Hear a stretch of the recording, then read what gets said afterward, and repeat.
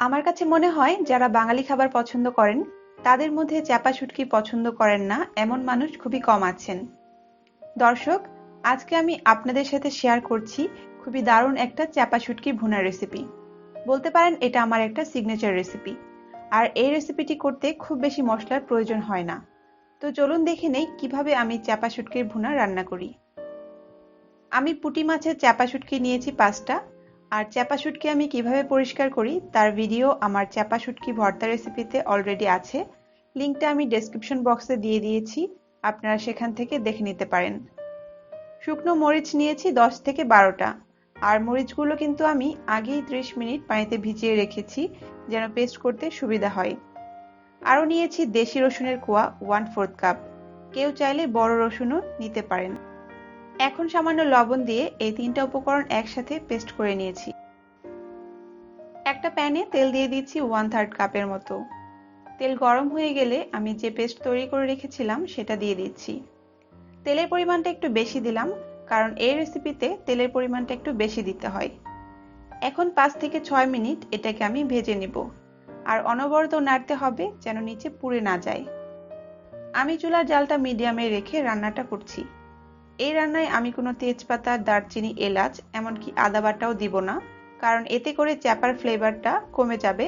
তাই আমি যতটা সম্ভব মশলা কম ব্যবহার করি এই রেসিপিতে।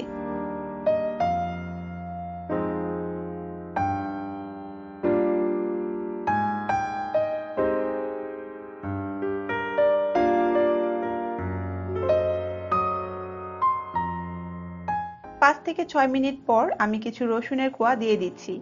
রসুনের কোয়াগুলো যেহেতু ছোট তাই আমি আস্তই দিয়েছি। আপনারা কেউ বড় রসুনের কোয়া দিলে অবশ্যই কেটে ছোট টুকরো করে দিবেন।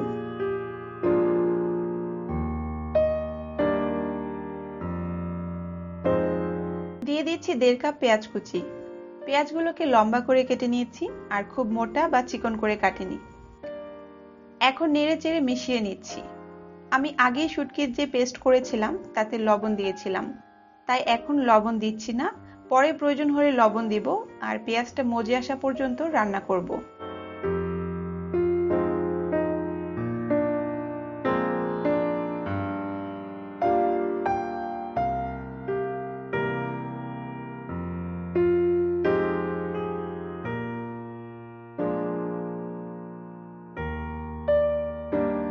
আপনারা কে কে আমার মতো এভাবে রান্না করেন কমেন্ট করে কিন্তু অবশ্যই জানাবেন। আর আমার চ্যানেলটি সাবস্ক্রাইব করতে কিন্তু একদম ভুলবেন না।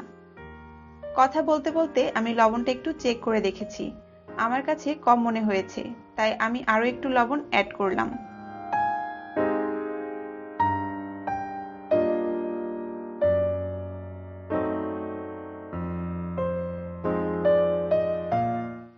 পেঁয়াজ মজে গেছে।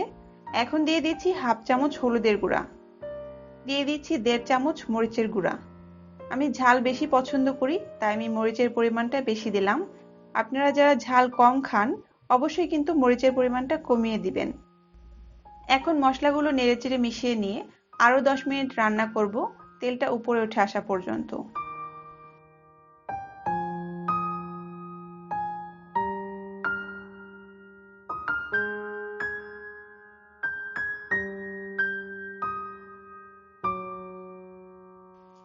তেল উপরে উঠে এসেছে আর রান্নাটাও হয়ে গেছে। এখন নামিয়ে পরিবেশন করব। অবশ্যই রেসিপিটি ট্রাই করবেন কারণ খেতে খুব ভালো লাগবে। যারা যারা আমার চ্যানেলটিকে সাবস্ক্রাইব করেছেন তাদেরকে অনেক ধন্যবাদ। আর যারা এখনো করেননি তারা এক্ষুনি সাবস্ক্রাইব করে বেল আইকনটিতে ক্লিক করে রাখুন, কারণ পরের রেসিপি তো দেখতে হবে, তাই না? আর এই ভিডিওটিতে লাইক দিতে কিন্তু একদম ভুলবেন না। সবাই অনেক ভালো থাকবেন। ভিডিওটি দেখার জন্য আপনাদেরকে অনেক ধন্যবাদ।